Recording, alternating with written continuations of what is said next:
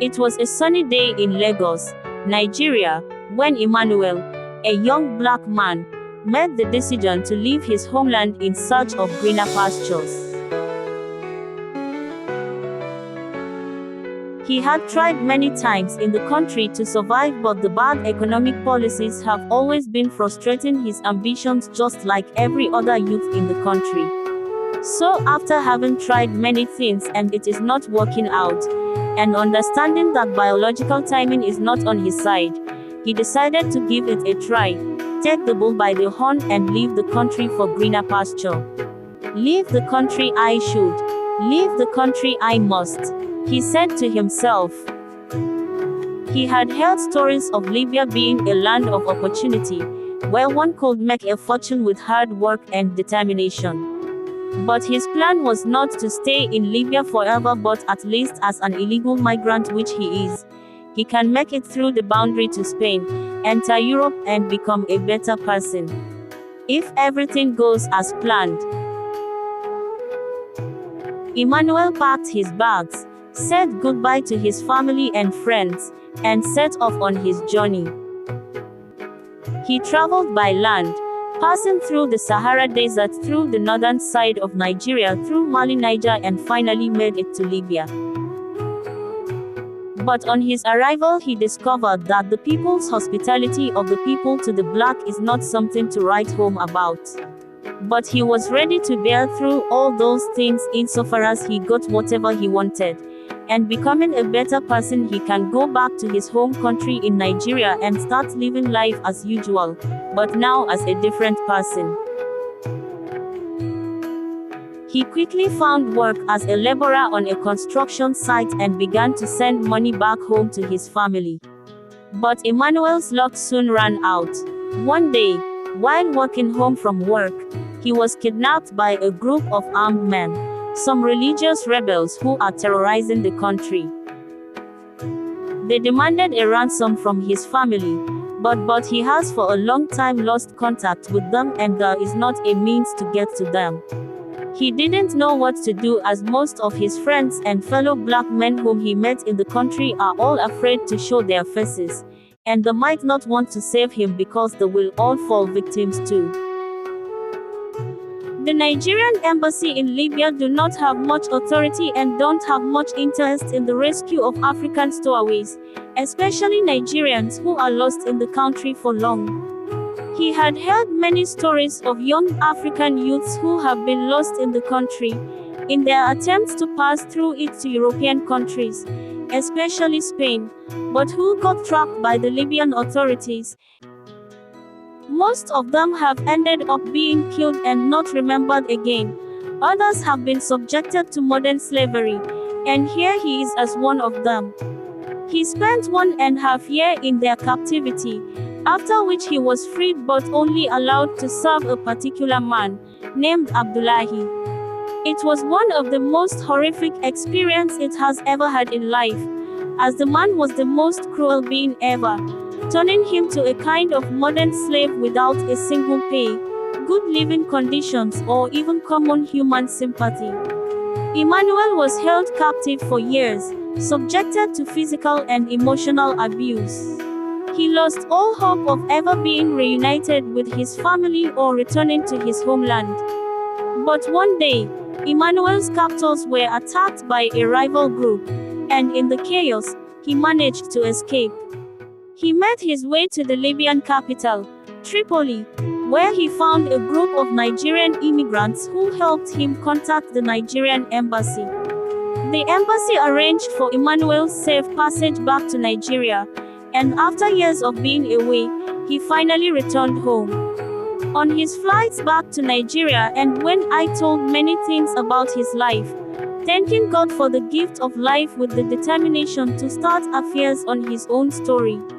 No place like home. But Emmanuel's joy was short-lived.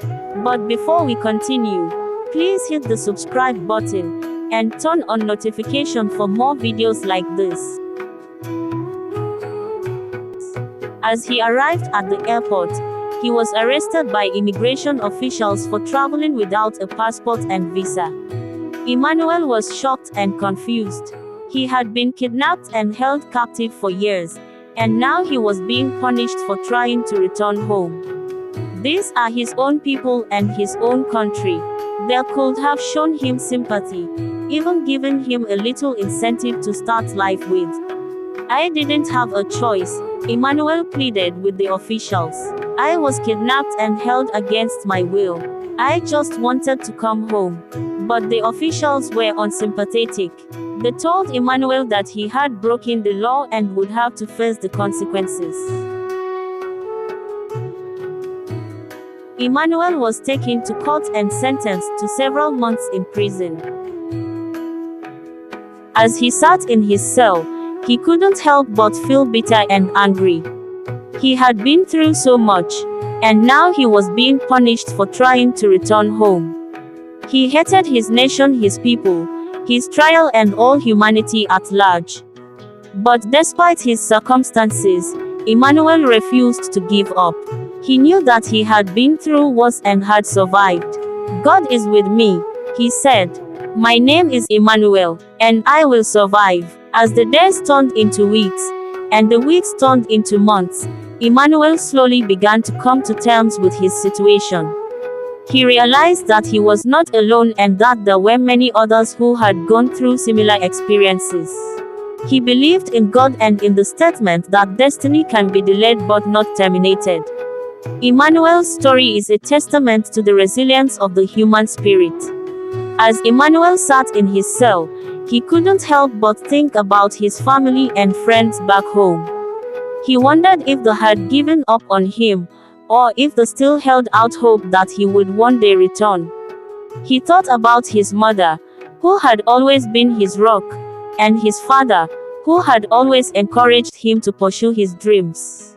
He thought about his siblings, who had always looked up to him as a role model. Emmanuel's thoughts were interrupted by the sound of footsteps outside his cell. It was the prison warden. Emmanuel, you have a visitor, the warden said, a hint of a smile on his face.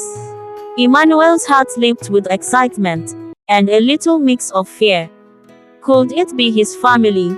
Had they finally found out where he was and come to visit him? He followed the warden to the visitation room, his heart pounding with anticipation. And then, he saw her, his mother. She was sitting in a chair, a look of relief and joy on her face. He looked at the woman who bore him. She was already a shadow of her own self, very tattered, old and worn out from long suffering. This is the woman he has gone out to make proud and how life has placed both of them. He quickly ran and hugged her, thanking God for the little opportunity to see her after so many years. It is already enough for me, he said. I don't even care again if I never come out of this place again. Setting my eyes on you, Mom, is the best. Emmanuel, my son, she said, tears streaming down her face. I was so worried about you. I thought I had lost you forever. Emmanuel was overcome with emotion. He had never felt so happy and relieved in his life. He hugged his mother tightly, tears of joy streaming down his face. I'm so sorry, Mother, he said, his voice shaking with emotion. I was kidnapped and held captive. I didn't know how to escape. His mother held him tightly, stroking his hair and comforting him. It's okay, my son, she said. You're home now. Emmanuel's mother visited him every week, bringing him food and clothes and telling him about the family and friends he had left behind. She told him about the efforts she had made to find him, and the relief she had after finally setting her eyes on him. In the evening, he was better informed by his IPO that some human rights organizations have been fighting for his release, and finally he will be free to go after some months that legal and official activities are completed. When Emmanuel came out of jail and beheld a few country, it was already a new place. It has been 7 years since he left home and spent 2 years wandering in the country of Libya, and then 5 years in captivity. When the gentle breeze of freedom blew on his face, he understood that there is nothing more precious than having the freedom to pursue everything you want to become in life, even amidst poverty and lack. After days of recuperation, he went out and said to himself, "It is time to start. I will make my life meaningful in this country. My name is Emmanuel, and God is with me."